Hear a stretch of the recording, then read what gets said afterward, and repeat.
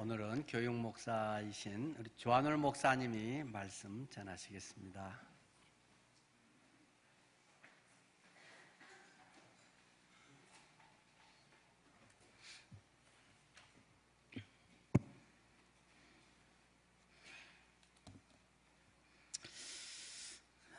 네, 먼저 성경 우리 함께 같이 찾아보겠습니다. 오늘 말씀은 민수기입니다.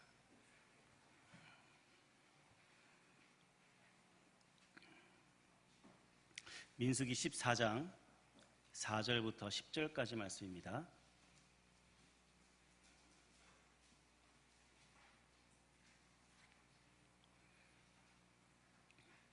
제가 읽겠습니다.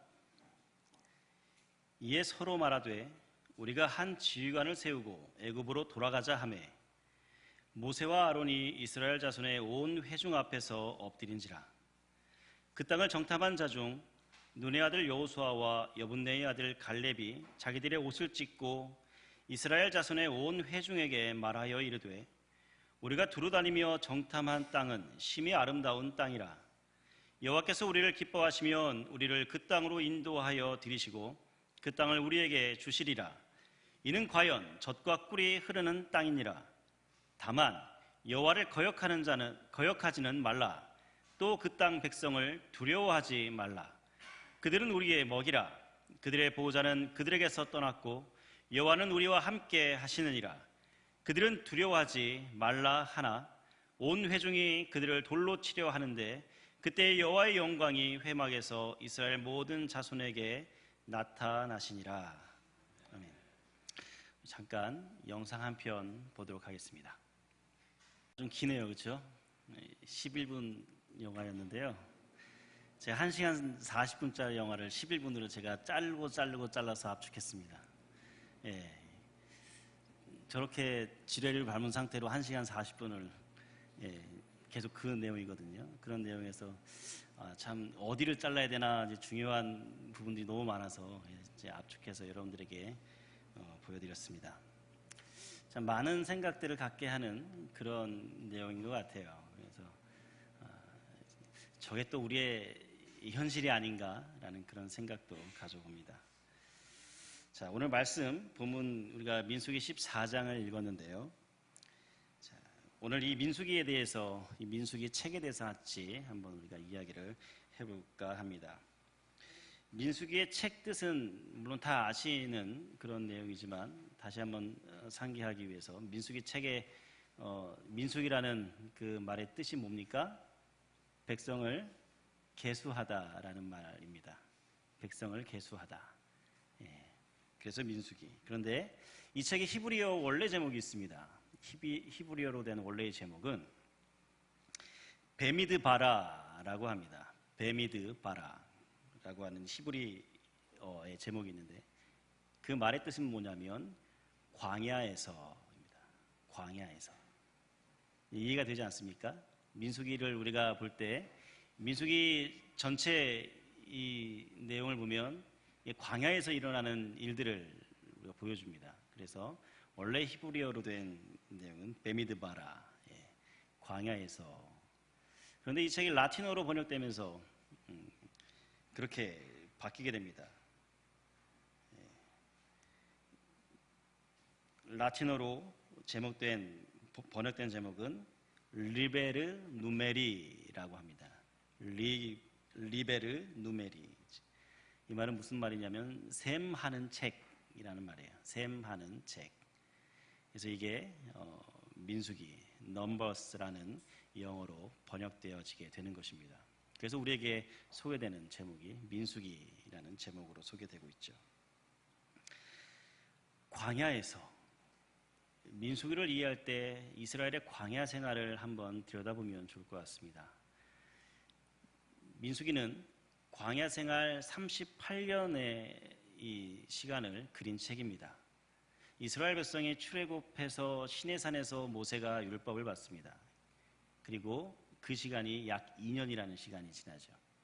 이 2년, 그 시간으로부터 가나안에 들어가기까지 38년이라는 시간을 그려지게 되는데 그 책이 바로 민수기입니다. 38년 동안 광야에서 생활을 한다라고 여러분 생각해 보십시오. 만약 내가 38년이라는 시간을 아무도 없는 광야에서 홀로 지내야 된다라고 한번 가정해 보십시오. 가능하겠습니까? 저 같으면 못할 것 같아요. 요즘에 보면 뭐 자연인이라는 그런 프로그램들도 있지 않습니까? 뭐 산속에서 막 혼자 들어가서 살고 하는, 저보고 그렇게 살라고 하면 저는 못 살 것 같아요. 근데 막 10년, 20년 이렇게 산단 말이에요. 굉장히 외로운데 그런 외로움을 자연과 함께 벗삼아 살아가는. 그런데 여러분, 광야는요, 산이 아닙니다. 먹을 것도 없습니다. 굉장히 척박한 그런 환경이다라는 것이에요. 이스라엘 백성들은 좀 나았을 수도 있습니다. 왜요? 가족이 있고 공동체가 있었기 때문에 조금은 위로가 될 수 있는 그런 부분들이 있었습니다. 그럼에도 불구하고 38년이라는 시간을 광야에서 그렇게 살아야 된다는 것은 생각만 해도 이게 힘듭니다. 굉장히 어려운 그런 일이다라는 것입니다. 이스라엘 백성들의 광야 생활은 철부지 아들이 아들을 보는 것과 같은 그런 삶이었습니다. 이스라엘 백성들은 광야 생활을 통해서 하나님께 원망하고 또 하나님이 심판하시면 또 고백하고 또 원망하고 또 심판하시면 고백하고 이런 일들이 반복되지 않습니까? 근데 그게 가나안에 들어가서도 이어진단 말이죠. 그게 이스라엘의 현 상태였다라는 것입니다. 이스라엘 백성들의 상태를 보여주고 있는 것입니다. 다시 말해서 이 광야에서의 이스라엘 백성들의 삶은 인생의 축소판과도 같은 것입니다. 우리의 인생을 아주 잘 묘사해주고 보여주는 그런 책임을 우리가 알게 됩니다. 오늘 본문으로 한번 들어가서 같이 보도록 하겠습니다. 오늘 본문의 배경은 제가 조금 전에 이야기했던 것처럼 출애굽 후 2년 후에 38년을 그린 그런 내용입니다. 이 시간에 이스라엘 백성들에게 어떠한 일이 일어났습니까? 정탐꾼을 보내는 일이 일어나죠. 모세가 이제 이스라엘 백성들을 이끌고 이제 행진을 합니다. 가나안을 향해서 행진을 하는데 그에 앞서서 정탐꾼을 보냅니다. 12명의 정탐꾼을 보내고 그 12명의 정탐꾼은 가나안 구석구석을 돌아다니면서 많은 상황들을 보게 됩니다. 그 기간이 40일의 시간이죠. 40일 동안 이 가나안 곳곳 구석구석을 그렇게 정탐한 정탐꾼들이 이제 모세와 백성들 앞에서 보고를 하는데요.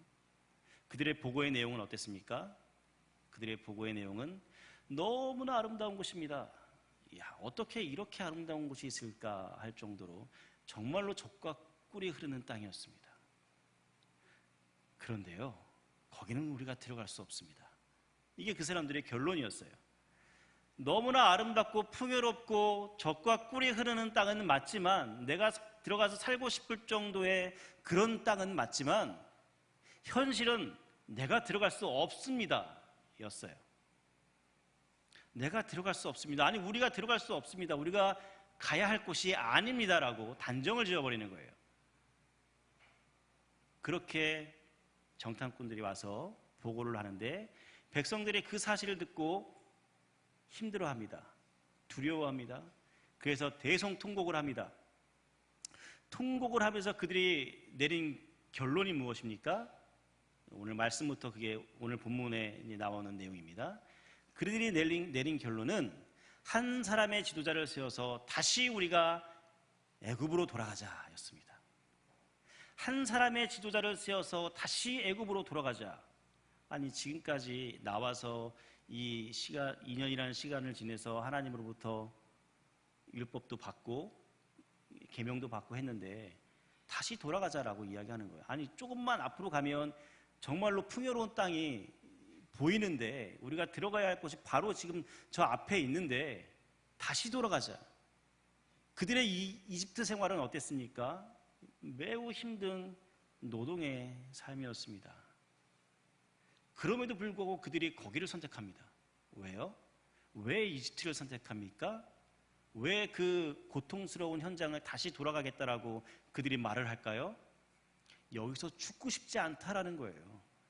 내 목숨, 잃어버릴 내 목숨보다 차라리 조금 고통스럽지만 예전의 삶이 나한텐 더 낫다라고 그들이 선택하는 것입니다. 그 말은 다시 말해서 현실에 안주해버리는 것이죠. 지금 내 앞에 놓여있는 이 현실이 내가 감당할 수가 없어. 그래서 난 돌아갈래. 이게 이스라엘의 상태입니다. 그래서 그들은 사실 38년이라는 시간을 보내지도 않았어야 할 그 시간을 38년 동안 광야에서 지내게 되는 것입니다. 그들은 전쟁, 아직 치르지도 않은 전쟁에서 이미 겁을 먹었습니다. 정탐꾼들은 그 현실에서 야, 우리처럼 이렇게 보잘것없고 이렇게 연약한 존재들이 저렇게 강한 사람들을 어떻게 이겨낼 수 있냐? 그건 불가능한 일이야. 그건 될 수 없는 일이야. 라고 그들 스스로가 단정을 지어버립니다. 그때의 이스라엘의 상태를 본 모세와 아론은 백성들 앞에 엎드리게 되죠. 그리고 함께 했던 여호수아와 갈렙이 그들 앞에 다시 나오게 됩니다. 여기서 잠깐 스킵을 해보고 영화의 장면으로 한번 돌아가 볼까요? 한 명의 군인이 사막에 있습니다. 그냥 사막에 있는 것이 아니라 그가 지금 어떤 상태입니까? 지뢰를 밟고 있습니다. 근데 결론부터 이야기하자면 그게 지뢰였습니까? 아니요. 깡통이었습니다. 그렇게 그가 지뢰도 아닌 깡통을 밟고 있는 시간은 약 72시간이었습니다. 본부로부터 전화를 합니다. 본부에게 전화를 합니다. 내가 지금 지뢰를 밟고 있습니다. 나를 도와주십시오. 본부에서 내린 결정은 지금 우리가 너를 도와줄 수가 없다. 72시간 뒤면 다른 진영에서 우리 본부로 오는 그런 한 팀이 있는데 그 팀이 너를 발견하고 도와줄 것이다. 72시간을 버텨라. 라고 이야기를 해요. 이 군인은 마이크라는 이름을 가진 이 군인은 절망스러워합니다. 나는 할 수 없습니다. 자포자기 상태에 이르게 되겠죠. 이 11분이라는 짧은 시간 외에 많은 내용들이 사실 담겨져 있는데 밤에는 들짐승으로부터 공격을 받습니다. 심한 모래태풍이 몰려옵니다. 그것도 견뎌내야 합니다. 그런데 내 옆에 있는 함께했던 동료가 죽었습니다. 지뢰를 밟고 터져서 죽었습니다. 먼저는 다리를 잃게 되었는데 그 고통을 못 이겨서 자살을 선택하게 되죠. 그 상황을 보고 있는 이 마이크는 너무나 고통스럽고 그 순간을 도망치고 싶은 그런 상태였다라는 것이에요. 그때에 한 남자가 등장을 하죠. 한 사내가 그에게 다가옵니다. 그리고 농담 섞인 말로 그렇게 막 던집니다. 참, 나는 지금 죽게 생겼는데 쟤는 지금 엉뚱한 소리를 하고 농담이나 던지고 있고 참 손이라도 잡혔으면 한 대 줘 받고 싶을 그런 심정인 그런 상태에 있는 거죠. 그런데 사실은 그 남자는 이 마이크를 도와주고 싶은 마음입니다. 그 남자가 마이크에게 결국 다가와서 하는 말이 무엇입니까? 자유인이 되라. 넌 앞으로 나아가야 한다. 밟고 있는 발을 떼어야 한다. 라고 하는 말이에요. 근데 나는 뗄 수가 없어요. 왜요? 난 이 발을 떼면 난 죽어요. 난 죽게 돼요. 그것이 두렵습니다. 아니, 목숨은 붙어 있을지라도 내 두 다리를 잃어버린 상태에서 나는 아무것도 할 수 없는 그냥 산송장과도 같은 그런 상태에 이르게 됩니다. 그 두려움, 공포가 이 마이크를 압박해 오는 거예요. 그러니 발을 뗄 수가 없는 거죠. 그런데도 그 사내는, 그 베르베르인은 계속해서 이야기합니다. 넌 앞으로 나아가야 해. 근데 똑같은 상황을 그 베르베르인이 이미 경험을 했어요. 쥐레를 밟고 다리를 잃었습니다. 그렇게 해서 그 베르베르인은 병원에 입원하게 돼요. 근데도 병원에 입원했던 그 순간에도 온통 신경은 잃어버린 다리에 가 있는 것이에요. 옆에 라디오에서 들려나온 노래 소리가 있습니다. 가수가 부르는 그 노래의 마디는 넌 나아가야 해. 넌 움직여야 해. 라는 말이었대요. 그 소리를 듣습니까? 들리지가 않는 거예요. 왜요? 내 온 신경은 지금 잃어버린 다리에 가 있는 거예요. 절망스러울 뿐입니다. 한 걸음도 내딜 수 없는 나의 전혀 보이지 않는 미래. 이 상황에서 그 베르베르인에게 한 간호사가 다가오는데요. 하얀 미소를 그에게 보냅니다. 그 미소에 이 베르베르인은, 이 남자는 들리지 않았던 노래가 들리기 시작하는 거예요. 그리고 희망을 발견합니다. 결국은 그 간호사하고 결혼을 해서 잘 삽니다. 절망스러웠던 순간에 아무것도 안 보이는 캄캄하고 척박한 그런 환경에서 하나의 희망이 그에게 찾아왔을 때 이제는 그는 앞을 볼 수가 있게 되었어요. 미래가 열려지기 시작하는 겁니다. 온통 신경 쓰였던 잃어버린 그 두 다리에서 자유함을 찾을 수가 있었던 것이었습니다. 이런 경험을 가지고 그는 그 군인에게 접근해서 이야기를 하는 거예요. 그런 이야기를 계속해서 이야기합니다. 그럼에도 불구하고 전혀 움직이지 못하는 자기의 현실. 여러분, 이것이 우리의 삶이 아니겠습니까? 지금의 많은 사람들이 이러한 상태에 있다라고 그렇게 여겨집니다. 혹은 그러한 상황에 내가 있는 것은 아닌가라고 생각도 됩니다. 여러분들이 앞으로 나아가야 되는데 앞으로 나아가지 못하게 붙잡고 있는 그것은 무엇입니까? 지금 여러분들의 현실 앞에 무엇이 있습니까? 우리는 미래를 봐야 되는데 그 미래를 보지 못하고 계속해서 현실에 안주해버리고 있습니다. 왜 그럴까요? 이스라엘 백성들이 가나안에 들어가야 되는데 들어가지 못하는 이유는 무엇입니까? 지금 당장 내 눈앞에 보이는 현실 때문이었습니다. 내가 지금 저기를 들어가면 나는 저들에게 칼로 찔려 죽을 텐데 그 사실 때문에 그들은 통곡합니다. 아직 일어나지 않은 일 때문에 그들은 통곡합니다. 왜요?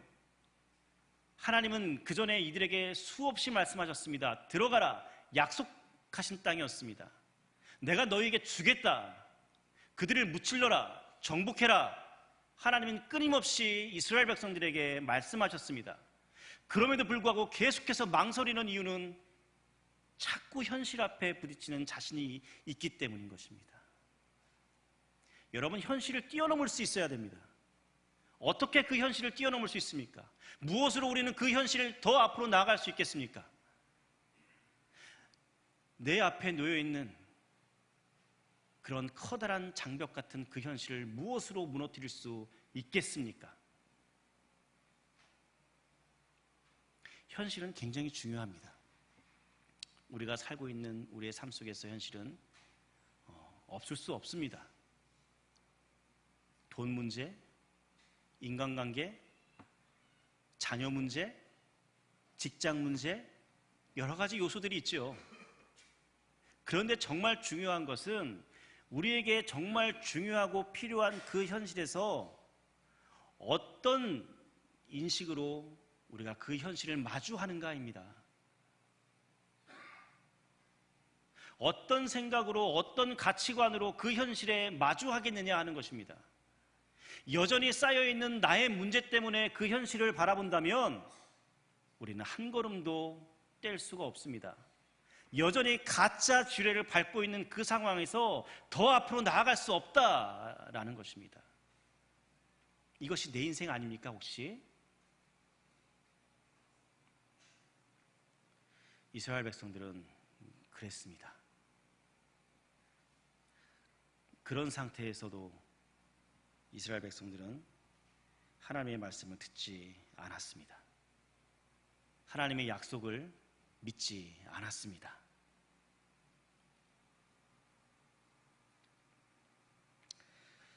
경험해보지도 않은, 일어나지도 않은 일에 두려워서 그 두려움 때문에 한 걸음도 내디딜 수 없는 그런 상태라면 그것은 가짜 인생일 수도 있습니다.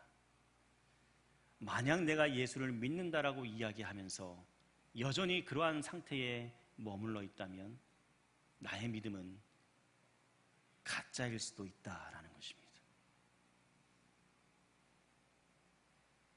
내가 예수를 믿는가? 내 안에 예수가 실제하시는가? 이 문제는 정말 중요한 문제입니다. 계속해서 이야기할 수밖에 없는 문제입니다. 왜요? 이것이 인식되지 않으면, 이 예수가 우리 가운데 인식되지 않으면 우리는 가짜 인생을 살고 있는 것이기 때문입니다. 매번 현실 앞에 무너져 내린 이스라엘 백성들을 생각해 보십시오. 계속해서 마주하는, 넘어지면 넘어졌다 일어나서 또 나가면 또 넘어져야 될 상황이 발생하고 또 넘어질 상황이 발생하고 계속해서 그러한 현실에 마주치는 이 이스라엘 백성들을 생각해 보십시오. 돈 문제를 내가 해결할 수 있습니까? 인간관계 문제를 내가 해결할 수 있습니까?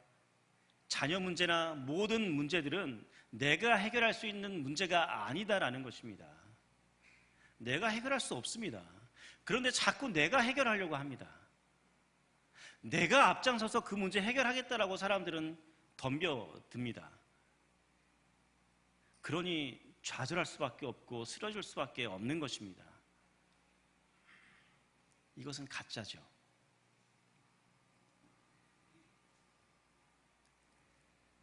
그래서 우리에게는 절대적으로 예수 그리스도 그 한 분이 필요하십니다.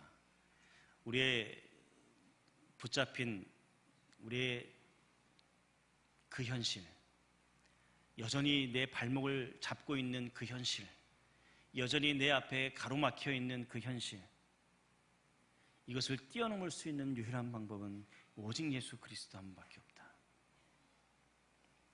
여러분 상황을 보십시오. 정탐꾼들이 12명이 갔습니다. 12명이 갔는데 10명의 정탐꾼이 안 된다라고 이야기를 했고요. 나머지 2명의 정탐꾼이 이야기를 합니다.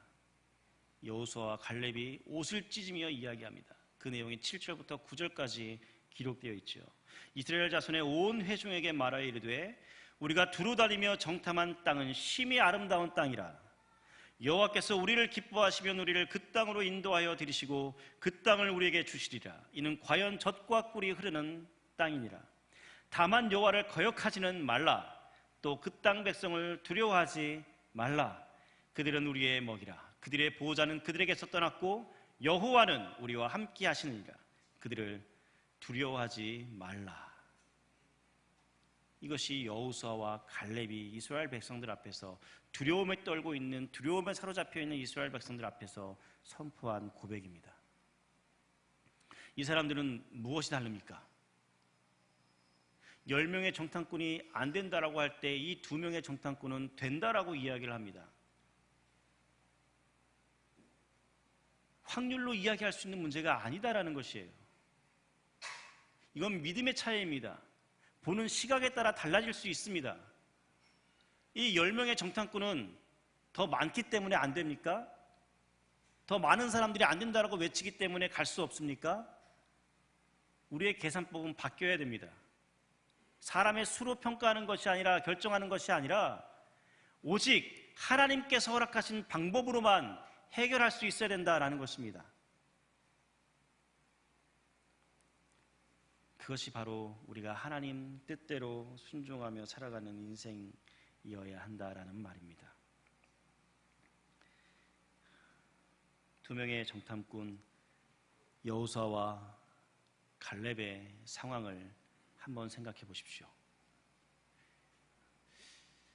그들은 무엇을 보고 그런 강한 자신감이 들었겠습니까? 그들에게도 처음 봤을 때 그런 모든 상황들을 동일하게 똑같이 지켜보았을 때 왜 두려움이 없었겠습니까? 훨씬 키가 큰 안악 자손들이 있고 그들과 함께 싸워서 이겨야 되는데 현실로만 본다면 불가능한 일이거든요. 그럼에도 불구하고 이 두 명 여호수아와 갈렙은 자신감이 있습니다. 왜요? 그들은 하나님을 믿었기 때문에 그런 거죠. 확실히 하나님이 그들 안에 들어왔기 때문에 그들은 담대함을 가질 수 있었던 것입니다. 예수 그리스도께서 우리 안에 들어와서 확실해지면 문제는 달리 보인다라는 것이죠. 현실을 보는 것이 아니라 이 모든 상황을 만들어 가시는 하나님을 볼 수 있다는 것입니다. 여러분의 미래를 누가 가장 잘 아십니까? 우리의 미래를 책임져 주시는 분이 누구십니까? 하나님이십니다. 하나님은 우리에게 모든 것을 다 주시는 분이십니다. 이미 해결해 주셨습니다. 그런데 내가 그걸 믿지 못하고 있습니다. 그러니 여전히 현실 앞에 움직일 수 없는 초라한 내가 보이는 것입니다. 말씀해 주신 그 말씀을 믿어야 되는데 그것을 믿지 못하고 현실이 더 커 보이기 때문에 그냥 그 자리에서 안주해버리는 것입니다. 그렇게 결정된 그들의 인생은 어떻게 됩니까? 그냥 광야에서 죽어버리는 것입니다. 그렇게 결정한 인생들은 광야에서 다 죽었습니다. 믿음으로 고백한 사람들이 하나님의 약속으로 들어갈 수 있게 되는 것입니다. 여러분, 우리의 인생이 그렇게 되어야 되지 않겠습니까? 나의 삶이, 나의 신앙이 그렇게 일어나야 되지 않겠습니까?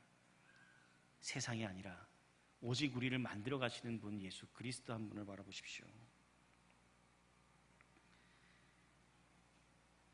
예수님을 믿습니까?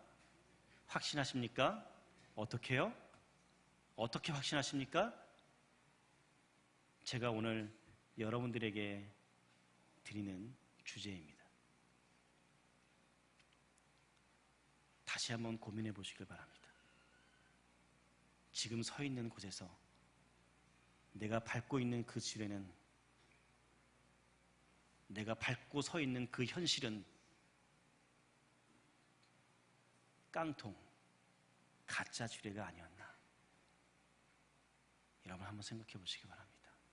그 군인은 결국 가짜 지뢰, 그 깡통을 발견하면서 어떻게 합니까? 웃음이 나오는 거예요. 그건 행복함입니다. 그리고 스스로 자기 스스로를 돌아봤겠죠. 야, 내가 이렇게 어리석다. 근데 보이지 않는 그 현실 앞에서 아무것도 할 수 없는 정말 초라한 자기 인생을 돌아보면 허무할 수밖에 없죠. 허무할 수밖에 없는 것입니다. 그러나 그 앞에 있는 하나님이 이미 우리에게 정해놓으신 그 길을 본다면 그것은 행복입니다. 이 행복을 우리 모두가 함께 찾았으면 좋겠습니다. 이 행복, 예수 그리스도 그분을 통해서 얻을 수 있음을 우리가 알았으면 좋겠습니다.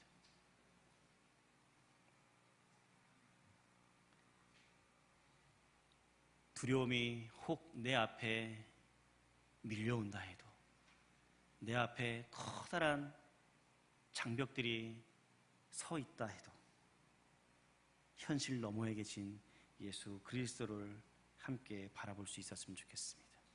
이것은 이상이 아닙니다. 불가능한 것을 바라보는 것이 아니다라는 것입니다. 만약 그렇게 했다면, 그렇게 생각한다면 내가 믿고 있는 예수님도 허상일 것입니다. 만약 그것이 어떤 현실과 동떨어져 있는 것이라고 생각한다면 그것은 불가능했을 것입니다.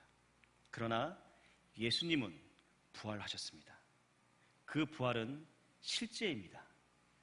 그 실제를 경험하고 믿고 살아가는 사람들이 곳곳에서 보여지고 있습니다. 이제는 내 차례입니다.